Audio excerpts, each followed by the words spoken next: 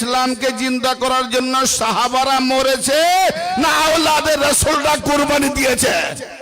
তাহলে সেই হলো আসল নেতা, সেই হলো আসল নবী, সেই হলো আসল দলিল যে তারা বিপদের সময় মুসিবতের সময় আপনজনকে আগের দিকে ঠেলে দেয়।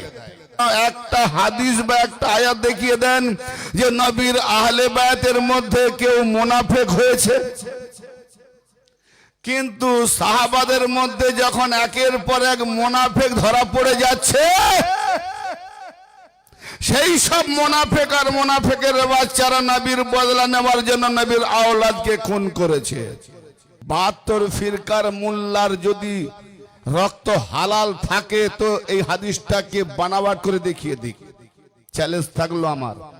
আব্দুল্লাহ ইবনে আব্বাস রাদিয়াল্লাহু তাআলা আনহুমা ইরশাদ বর্ণনা করছেন, নবী করিম সাল্লাল্লাহু তাআলা আলাইহি ওয়া আলিহি ওয়াসাল্লামের কাছে আমি শুনেছি আমার নবী বলেন যে আলীর জামাতে সবাই যদি একমত হয়ে যেত তাহলে আল্লাহ তাআলা জাহান্নামটাই বানাতো না। কমবখত আজকে এইটা শুনে বলছো আলী হুজুরকে মানতে হবে, কালকে এটাও তোমাকে বলতে হবে যে তাজিয়া পাকও মানতে হবে, মুহররমও মানতে হবে।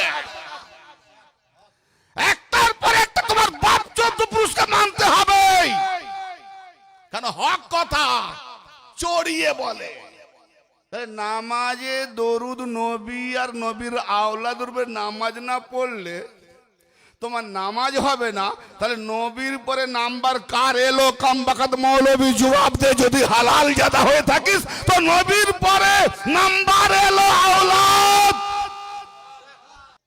আবে ভুঁইফর মৌলবী তোকে কি অত বড় অত দিয়েছে 4 নম্বরে আনার?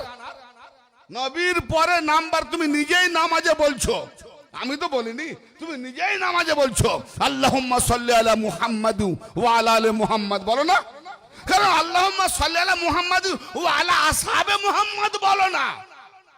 জুন্নুরাইন, বাহ, মানে 2 নূরের অধিকারী উসমান গনি কার লাকাব কাকে দিল?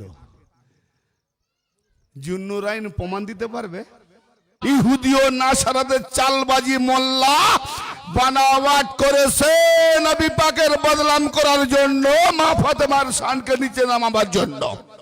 মুহাম্মদ হলো নূর, আমার নবী বলেন আনা ওয়ালুন নূরুন মিন ওয়াহিদ, আমি আর আলী একই নূরের 2টি খণ্ড, আমিও নূর আলীও নূর।